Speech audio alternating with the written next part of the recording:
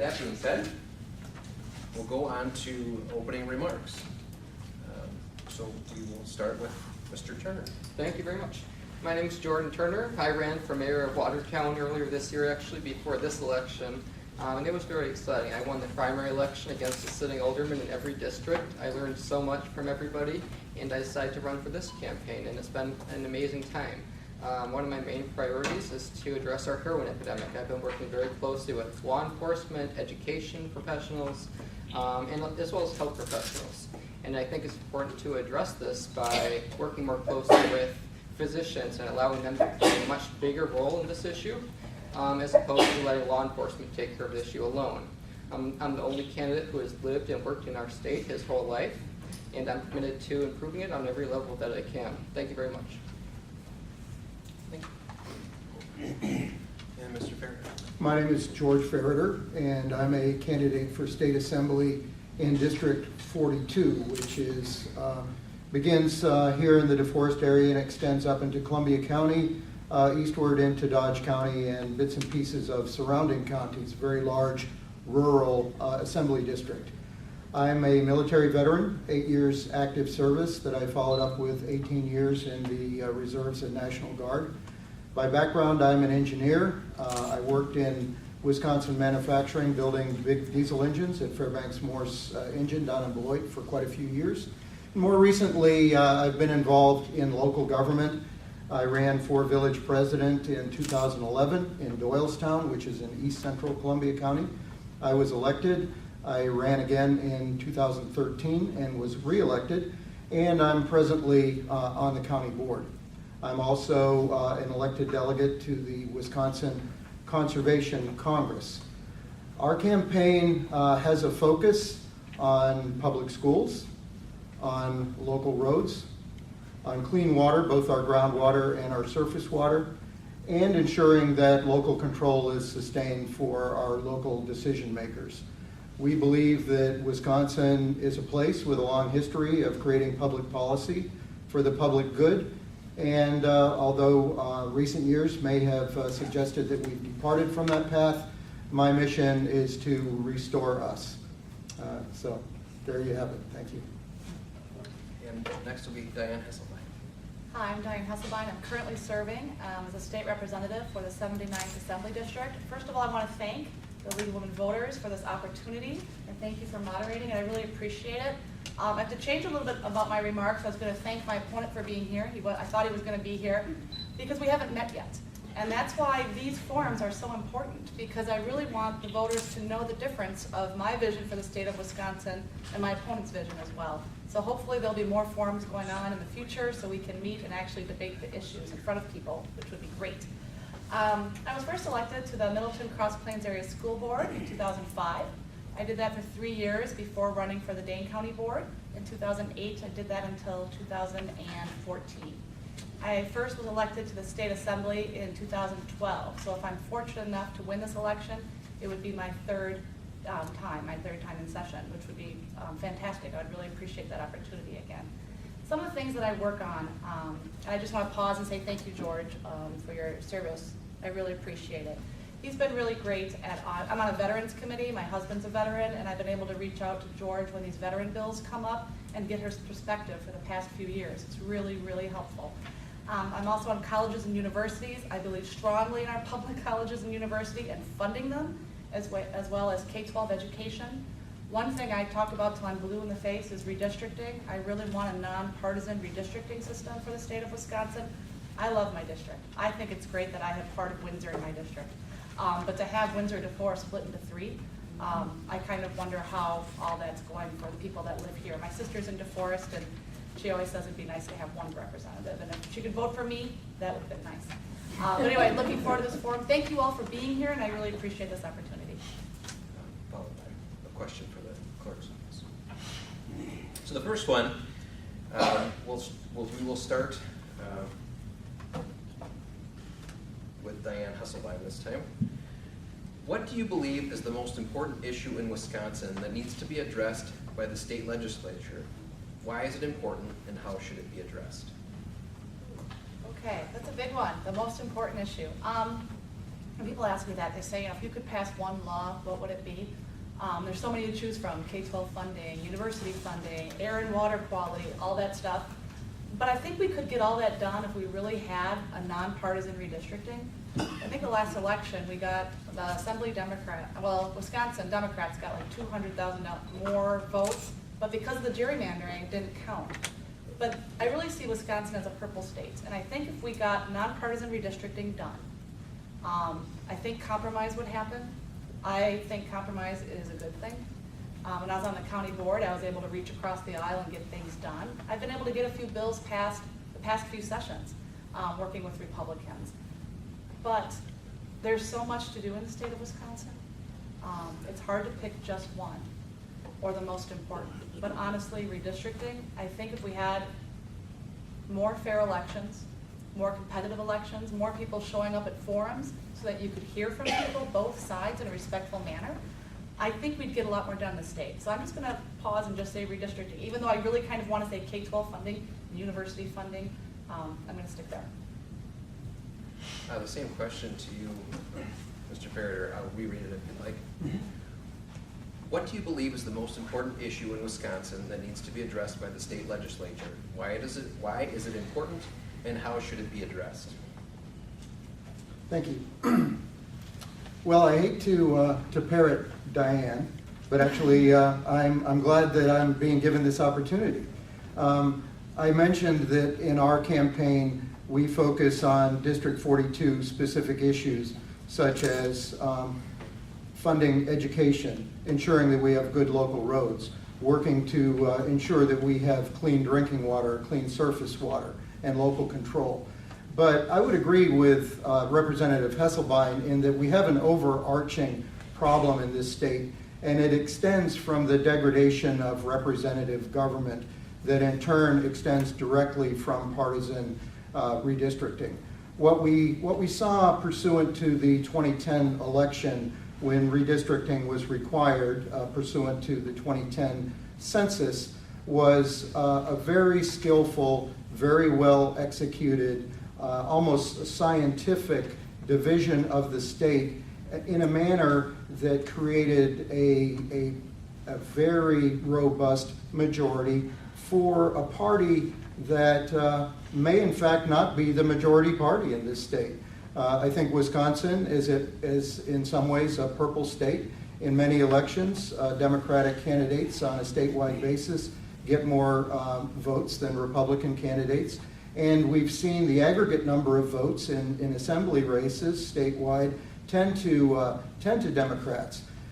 When you look at those kind of numbers and you see that the Republicans sustain a roughly 60-40 split in the assembly, no matter what happens, you understand that the game has been tilted. The gaming table is been tilted in favor of the party in power, and that affects every aspect of our democracy in this state. We need open discussions. We need honest dialogue, and we cannot have it until we have fair redistricting. Thank you. Thank you. And the same question for Mr. Turner. Would you like me to reread it, or would you? No, thanks. Okay. The number one issue facing our state, without a doubt, in my opinion, has to be our heroin epidemic. We've seen it affect everyone, all ages, in all groups in our community. And we've seen it affect thousands and thousands of people year after year, and it's getting worse. What we're doing right now is clearly not working. And I think one way we could help address that or remedy it is probably to further incorporate the use of physicians and other medical professionals while we combat this issue, rather than just letting law enforcement take care of it. I think they should work more closely together, and I think we can accomplish that in the next year or two. Thank you. Thank you. And we'll move on to the Dane County Clerk candidates. And we will start a question. And we will start with George Farrader for this question.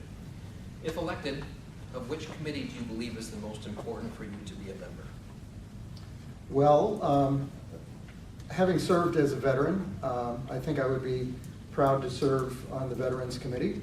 I have some very clear ideas about how to approach preserving and extending care for our veterans in this state. But I'd also like to suggest that almost on par with that, I'd like to serve on the Transportation Committee. My opponent, unfortunately absent tonight, is the chairman of the Transportation Committee in the State Assembly. And all of us who drive on Wisconsin roads realize that we have a critical situation rapidly emerging with regards to infrastructure. Local roads, county roads, state highways, all of them are becoming degraded, and many becoming degraded to the point where routine maintenance activities will no longer suffice in bringing them back to drivable condition. Every driver who puts many miles on Wisconsin roads suffers a hidden tax in increased maintenance. These are all things that need to be addressed, and I believe that I could serve well. My background is in engineering. I understand database decision making, and I understand the need to plan ahead. None of these things seem to be emerging from the policymakers within our administration when it comes to roads. So, as I mentioned, although my heart might be closest to being in an advisory capacity when it comes to the veterans, I think in a practical sense, I could bring a lot of value to the Transportation Committee. So I'd put both of those things on par with one another. Thank you. Thank you. Jordan Turner, same question. Would you like to? No, thank you. Okay. I think I would really like to work on the different educational and schooling committees in our state. I work very, very closely with our teachers. I was endorsed by WEAC and Watertown School Board veteran Tammy Bird, and we constantly brainstorm ideas to find solutions to our public school crisis. For example, I think we should redirect the millions of dollars going to voucher programs to fund public schools. I think the vouchers were probably a good idea when it first started. They probably had a good intention, but I think we're reaching a point now where it's just is causing too much problems. So I think that's one way we could solve that issue.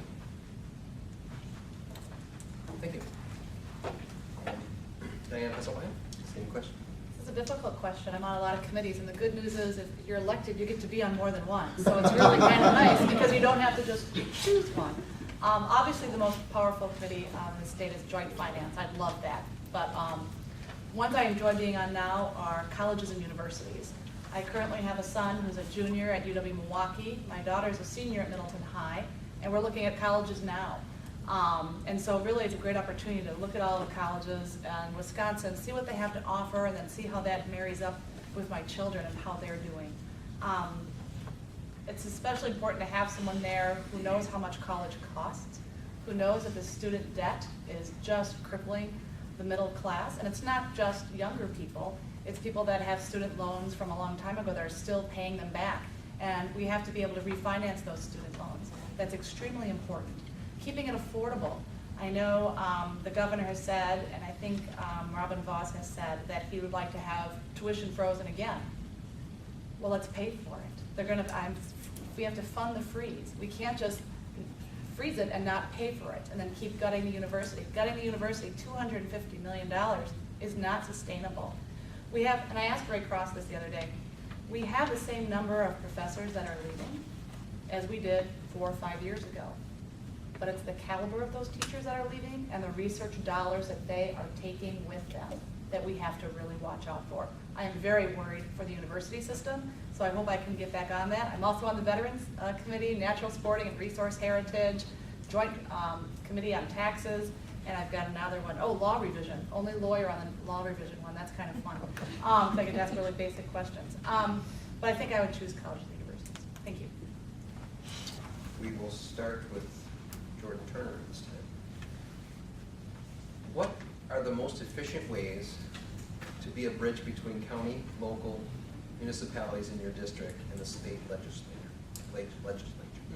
That's a good question. I would suggest having representatives and elected officials and candidates attend county board meetings, city council meetings, town hall meetings, and those types of meetings to get a better grasp of what issues the community is facing. You know, that's what I did when I ran for mayor. That's what I'm doing now as a candidate. And you really get a good sense of what issues a community is facing in different areas. And it's really telling, and that's something that I would suggest every candidate and every elected official do. Thank you. And Diane Hesselbein, same question. Would you like me to repeat it? What are the most, thank you. What are the most efficient ways to be a bridge between county, local municipalities in your district, and the state legislature? Thank you for repeating it. Just want to be sure I got the whole thing down. Well, first of all, to be present, and to know that people can call you with questions and you can call them with questions. I know when we received a lot of bills this year that are awful for voting rights, I would send them on to Scott McDonald, who would take a look at them. Likewise with county treasurer, I would send them to our county treasurer if there was some sort of, they were trying to goof around with that too, but that didn't see the light of day. But it's really helpful because they have the expertise of that area. Also, going to like school board meetings is really important. I think I've been definitely to Wanakee and to Middleton and to a DeForest one. And showing up when you're asked. And just having that partnership that if something's happening, they know they can call you and ask questions and I can call them. Because I might not know the answer to every question. I'm the first one to say I don't know the answer to every issue.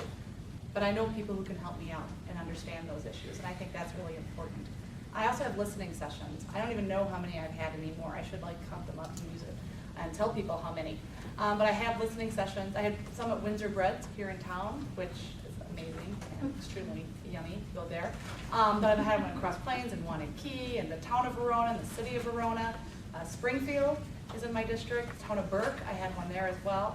So just to be accessible to everybody. And that way, if people are elected or not, they can always ask you questions, you can ask them, and you work together in partnership. That's a really important part of my job, and I think that I do a good job reaching out to school boards, cities, administrators, people that are elected. Thank you.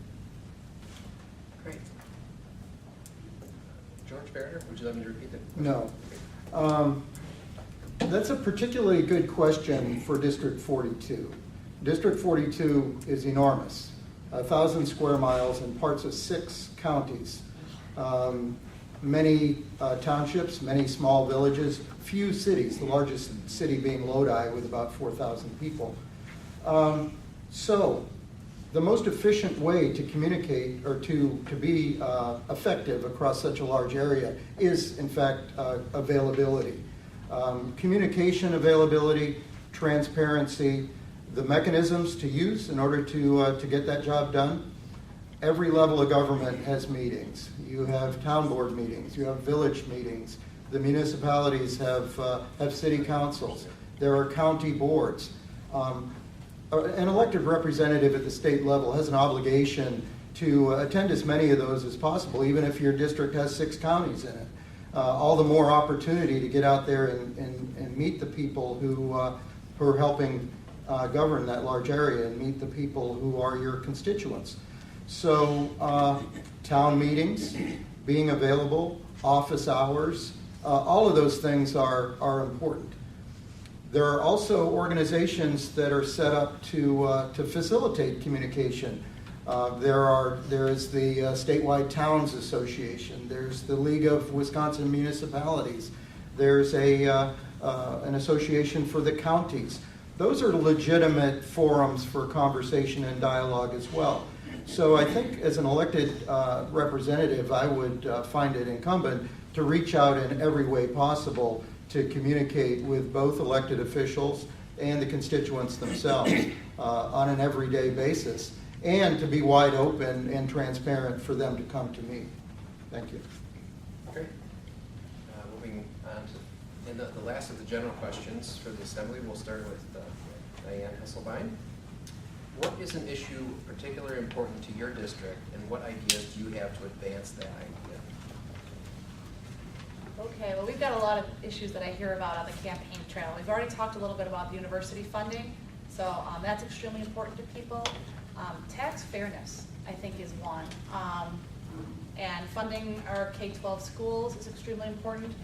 But one that I hear a little bit about, but I think we're going to hear more about it when more people are paying attention to it, is that awful Wisconsin manufacturing and tax credit that Glenn Grothman gifted the state of Wisconsin before he left to go to Congress.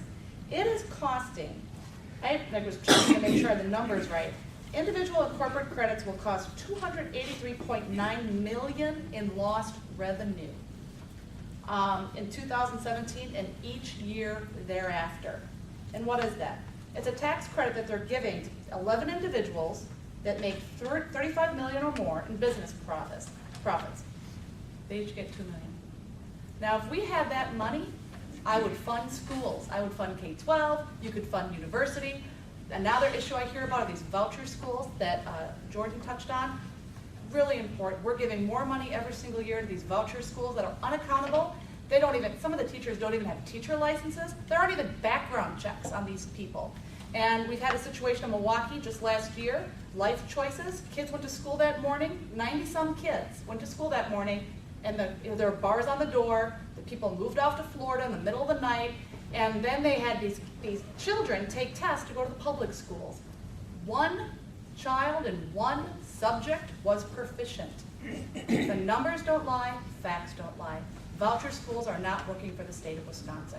It's hard just to pick one issue that I hear about. I hear a lot about that one. I hear a lot about fracking and mining and environmental issues that are so important. And right now, the big issue is those lead pipes. And I am working with people to try to address that in the next session if I'm lucky enough to be elected again. I hope I am, because I do have a plan. George Fariner? Thank you. Same question. Well, this is another question that makes me wish that we had a bipartisan representation up here at this forum. This is the type of question where an open and honest dialogue across the party lines would be useful. In District 42, we know that the central issues involve school funding, roads, the quality of our water, both our drinking water and our surface water, local control, and veterans care. Those are central issues that concern a lot of people. Right now, today, in the fall of 2016, roads is probably the most important or highest visibility bread and butter type issue in District 42. Once again, if you've driven Route 60 between Columbus and Lodi, it's bump, bump, rattle, rattle the entire way. It's not healthy for your car. Route 22, north-south, Route 33 across the northern part of the district, they're all like that. And we have a crisis emerging as a result. It needs to be addressed in a methodical way. We need to look at our revenue sources. We need to discuss improving our revenue streams into the transportation fund. We need to consider long-range planning. We need an engineered approach, if you will. And once again, I wish my opponent, Representative Ripp, was here to speak as the chair of the Transportation Committee. It's difficult to have a fencing match with no opponent, but he needs to answer up, quite candidly, for what's happened with our roads, not just in District 42, but across the state. And as an elected official, as the representative for District 42, I would fight hard to restore and improve our infrastructure, which benefits ultimately everybody. We have other important issues, but that's got to be at the top right now. Thank you. And Jordan Turner, same question. Yeah, I would say the number one issue I hear about from the voters in my district would be the transportation infrastructure issues. A lot of people are noticing, the roads are crumbling, there's holes all over, potholes all over, and there's a lot of construction, and that has to be funded somehow, and we need a little bit more construction, obviously. But no one wants to talk about how to fund these issues. And some people propose adding further registration fees and things like that, and I just can't agree with that. One thing that has crossed my mind that I've talked to many voters about is a possible gas tax. And I would say I would consider that by putting it to a referendum so people can vote on it. And if that's something that they want to do, then that's a very good option to fund our infrastructure and our roads. And I've talked to different groups about this, like SMART, who endorsed me last week, and it has a lot of support, and I think we can really get it done. This allows the public to talk about it, to debate it, to think about it, and it allows the public to ultimately decide what they do. Thank you very much. Great. Then to the Dane County Clerk. Thank you. We're moving on to the general questions, and at this time I would remind people I'm going to try to pool some questions, make it work, try to find things that I feel comfortable asking. What did you guys write on there?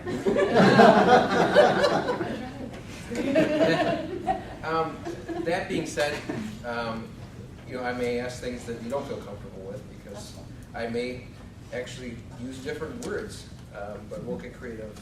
So we'll start with this is going to be a question for all the assembly candidates, and we'll start with George Farrader first. And the question is a little quite different than the other ones, but how will you, as an elected official, work to increase community police relations through this time when maybe there's a perception that relations are low? It's a good question.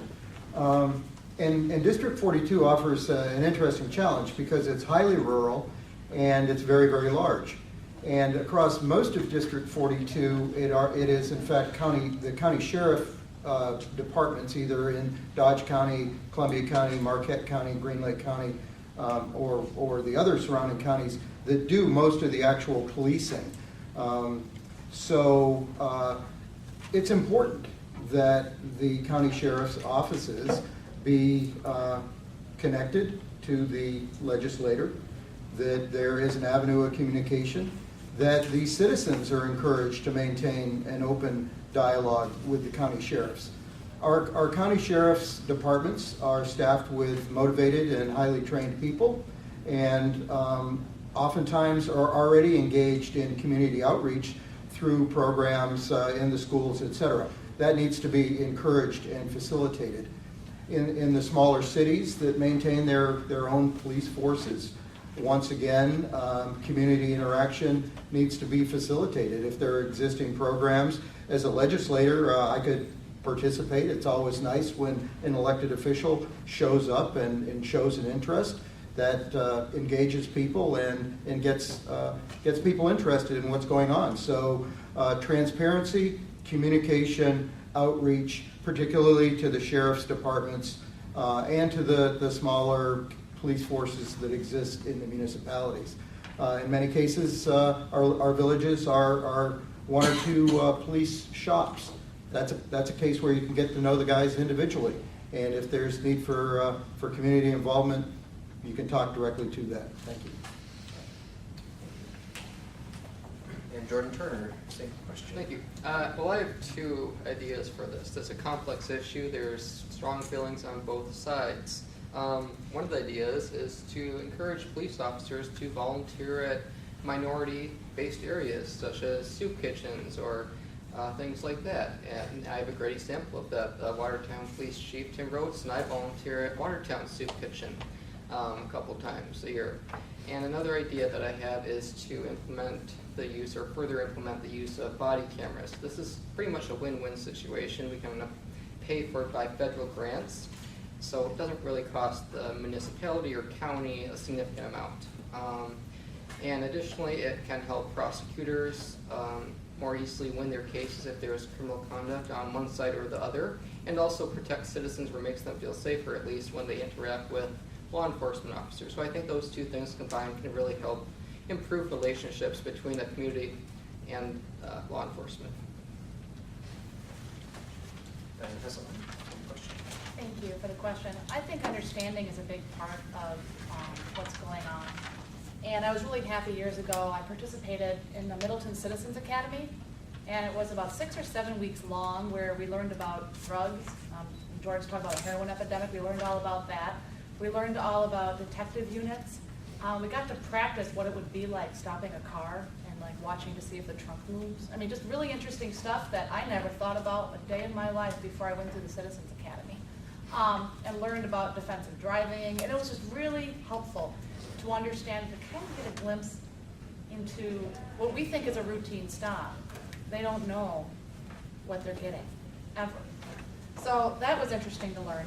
But then I was on the Dane County Board, and I got to get to know the sheriff and the deputies really well. I went on a tour of the jail, and that was extremely eye-opening to see part of what the justice system is doing and really how we're failing the mentally ill in our community. And then I was able to go on a ride-along with, they call it a ride-along, but you're sitting there with judges while they're listening to pleas and trying to come up with decisions. So it's really kind of a wraparound to understand what happens when maybe a bad decision is made, how the cops respond, to how the court system works, and if there's sentencing in there as well. Something I'm very worried about is what's happening at Lincoln Hills.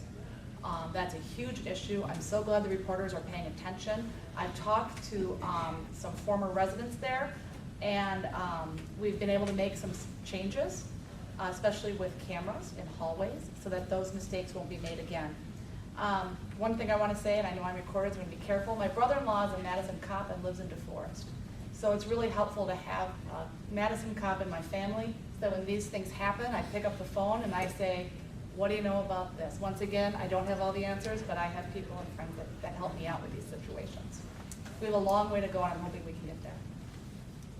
And for the clerk's office, I will start with, just ramble things up a little bit. I'm going to ask the assembly different questions, since they're different districts. Good. I don't know. They can probably some apply to all of them. However, we'll start with these, and the first one is for Jordan Turner.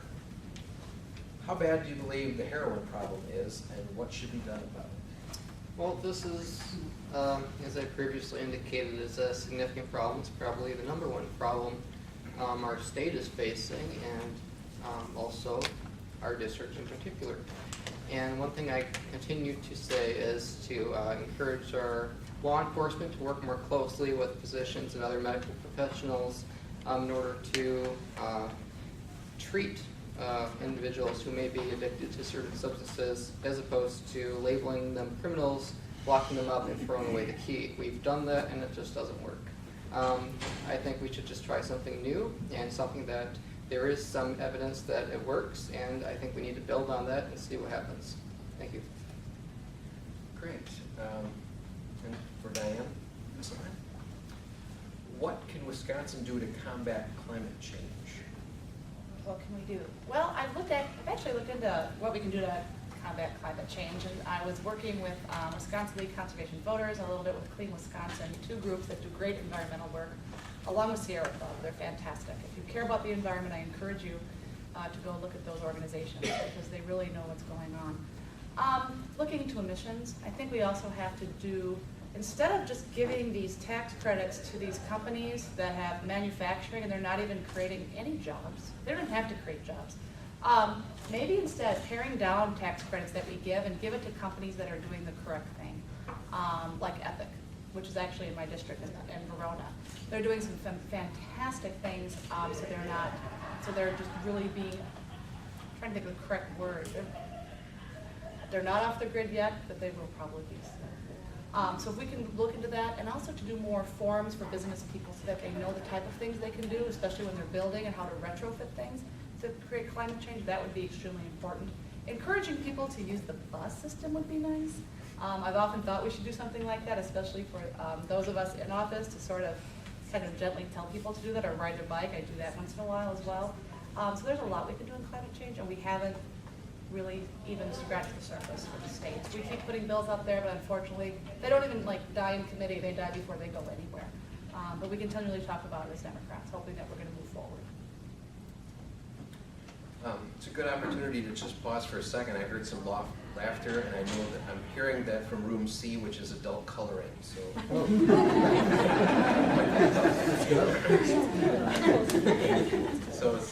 we'll probably all guessed that. But, and the next question is for George Ferreter. And you touched a little bit on this, but I like the follow-up question. How bad are Wisconsin's rural roads? But specifically, what can be done to keep them up? Well, thank you. My favorite question. But once again, the dialogue is diminished by having me speaking alone without my opponent. In District 42, there are roads that are, quite frankly, terrible. I happened to be at a town board meeting in Scott Township about a month ago, and about half the meeting was taken up by the town board supervisors discussing allowing a substantial stretch of a town road to return to gravel because they couldn't pay to have it repaved. We see many roads that the surfaces are completely fractured right down to the roadbed. That happens through a process of frost heaves and water penetration over a few seasons. We see many roads that are rutted badly by the transit of super heavy agricultural equipment. And I should point out that the implements of husbandry bill that normalized the transit of super heavy ag equipment on roads that were never designed for that type of weight, that was championed by my opponent. These things have conspired to create a broad crisis across the state. We have hundreds, if not thousands of miles of roads that won't be salvageable, that will not be repairable by conventional means, that will need extensive reconstruction to bring them back to modern standards. We're not talking about millions of dollars. We're not talking about hundreds of millions of dollars. We're talking about billions of dollars of infrastructure investment required just to get to Wisconsin, just to get our Wisconsin the way we would expect it to be and the way we deserve it to be. In order to do that, we need some long-range vision, we need some technical talent, and we need a plan. And my opponent does not have that. I believe that I could bring that to the table. Thank you. Slipping over to the assembly, we'll try to do one more round of different questions. We'll try. Up first is Diane Hesselbein. And your question is, what do you think about using taxpayer money to expand the voucher school program? I know you touched on it a little bit, but please. Yeah, no. Here's your opportunity for 2 more minutes. There we go. I can talk about this all the time. And no, we should not expand it. Absolutely not. In fact, we need to rein it in. We need to stop it. Public funds for public schools, period. Like I said, these teachers, these so-called teachers, they don't have to have teaching degrees to teach in a voucher school. They don't even have, we even tried to do something on the floor saying they'd have to have criminal background checks, but they wouldn't go with that. So we have people working with children in the state of Wisconsin in schools getting taxpayer money, and we don't know who they are all the time. We trust them that their name is this, but how do we know? And we don't. So absolutely not. I think that the school voucher system has been terrible for the state of Wisconsin. I think they trick parents. I think it's just as bad as some of those for-profit universities that trick students and they end up with all this student loan debt. ITT just last week announced they're going to be closing, and they have people trying to get degrees, all this student loan debt, and then they have to shut their doors. It's just as bad for the voucher system. I don't think it's working for the state of Wisconsin. I believe strongly in our public schools. I love our teachers. We're currently having a teacher shortage. We had a bill that would help recruit teachers and retain them in rural Wisconsin. They wouldn't vote on that either. So the Democrats have a big plan to support public schools. K-12 and colleges and universities. Our tech schools are so important too. But public money, public schools, period. Thank you. The next question is for George Farrer. And the question is, how can we preserve Wisconsin's groundwater? That's also an excellent question. Water is a shared resource, and it's one of Wisconsin's treasures, both our surface waters and our groundwater. We don't think about groundwater much because we can't see it all the time until we turn on our faucet and it comes out. In District 42, many people rely on private wells for their drinking water. And in many areas in District 42, we have contamination in wells. There are some wells that have atrazine byproducts. There are quite a few wells that have nitrate contamination. Those are chemicals that are agricultural byproducts, the byproducts of either fertilization, herbicide application, or pesticide application. We need to have a DNR, first of all, that has the scientific resources and the enforcement authority to get an understanding of what's happening to our groundwater, and then enforcing rules to ensure that the problems get no worse and over time get better.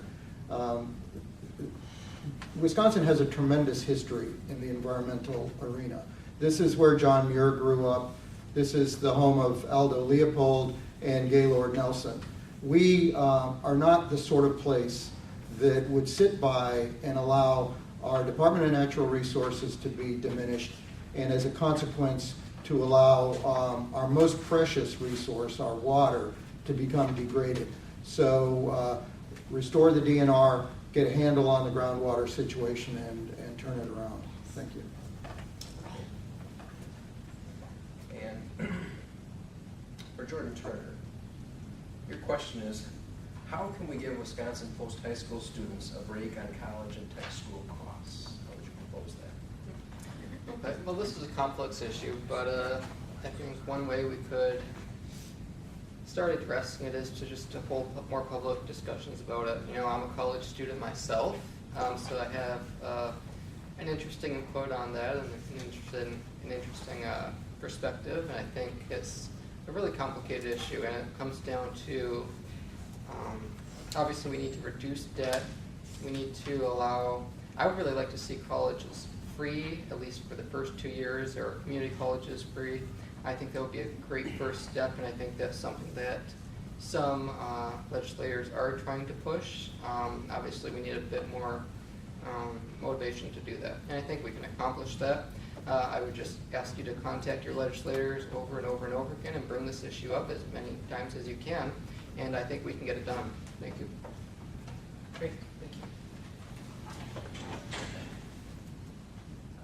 I don't know if you guys both finished, so. We're done. 2 minutes is hard, I can tell you that. No, for sure, right? Yes, yes.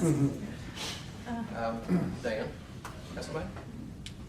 You want to statement? Great. Well, thank you so much for having us. You've done a great job moderating it. Thank you so much to Forest for hosting. This has been fantastic. I was remembering in 2012 when I was first here, and I remember on the Democratic side, I think I was sitting over there, and I invited the whole room to vote for the binders full of women. And I remember that, and then 2 years ago we had a little kerfuffle, and I'm really disappointed that the Republicans weren't here today. And I don't know, why. I did ask Representative Jagler; he had another obligation. I don't know. I didn't ask Representative Rip. But this is so important. It's so important to actually talk about the issues and get the questions from the audience. So thank you all for being here. I'm hopeful that I'm going to win this election. You know what you get when you vote for me. I believe strongly in collective bargaining and workers' rights, funding the university, K-12, and our tech schools. I've already talked about redistricting. It's very paramount to what we do. Something I did talk about, that I am just dedicated to fixing that King's Veteran Home. That is a disgrace what's happening to those veterans up there that are most needy people that are up there. They need a lot of help, and what we're doing is taking the money that they're getting from the federal government and diverting it to other needs is wrong. And I've been shining a light on that for the last over a month. Tax fairness, clean water, I believe strongly in. I was on the task force for Alzheimer's dementia. This last time, Speaker Voss put me on the task force. I think we went up to like 8 bills we passed unanimously in this assembly. Only 3 made it to the Senate. I'm going to keep going because those were really good bipartisan bills. Alzheimer's is near and dear to my heart. My father had it. We really need to take care of people who have that, and I'm going to continue to work in a bipartisan manner quickly. Mark your calendars, September 21st. I'm having a forum at Madison Memorial High School with Senator Dale Schultz. That is going to be bipartisan. Ray Cross is going to be there. Senator Schultz is going to be there. Professors are going to be there. And we're going to talk about, the whole title is UW System for the President Ray Cross Lawmakers to address moving Wisconsin forward, reinvesting in the UW system. Please be there and bring your friends. Thank you. And George Farrader, for your closing. Thank you. And I'd like to reiterate thanks to the Chamber of Commerce, to our fine moderator, to the library, and to everyone who's attended tonight. It's always good to have an engaged citizenry. I am disappointed that my opponent did not make an appearance, and I'm afraid that doesn't reflect positively on him, that it perhaps is an extension of the sort of casual arrogance that extends from a game that's rigged, from a game where the table is tilted. And yet it's important for me as a candidate to carry on. I would hope to be a clear, loud voice in Madison for progressive causes, to ensure that our schools are funded, that our roads are properly repaired, that our waters are clean, that local control is preserved, and that our veterans are cared for. Those are all important things that I would be a strong advocate in favor of. We're in a tough period here in Wisconsin in terms of our democracy. Until we have fair redistricting, it's going to be a struggle for those progressive voices to be even heard in Madison, let alone advancing policy. But that's no reason to give up. We need to articulate our arguments and carry on the conversation and make sure that our opposition is clearly stated. So when the time arrives, when we are again in a position to create law and to create policy, that we're ready to go. And that's what I would hope to do. Thank you. And Jordan Turner for your closing Thank statements. you. First of all, I would just like to thank everyone who's come here tonight and the moderator. You've all really helped make democracy what it is. I'm a business owner and a college student, so I can see the perspectives of a lot of different people. And I think that can really help me as a legislator. If you want to learn more about my campaign, I encourage you to visit my website at turnerforwisconsin.com. And before I leave tonight, I just want to say, yes, I am old enough to run for office. I'm 21 for the record. Thank you very much, everybody. I appreciate it. Jane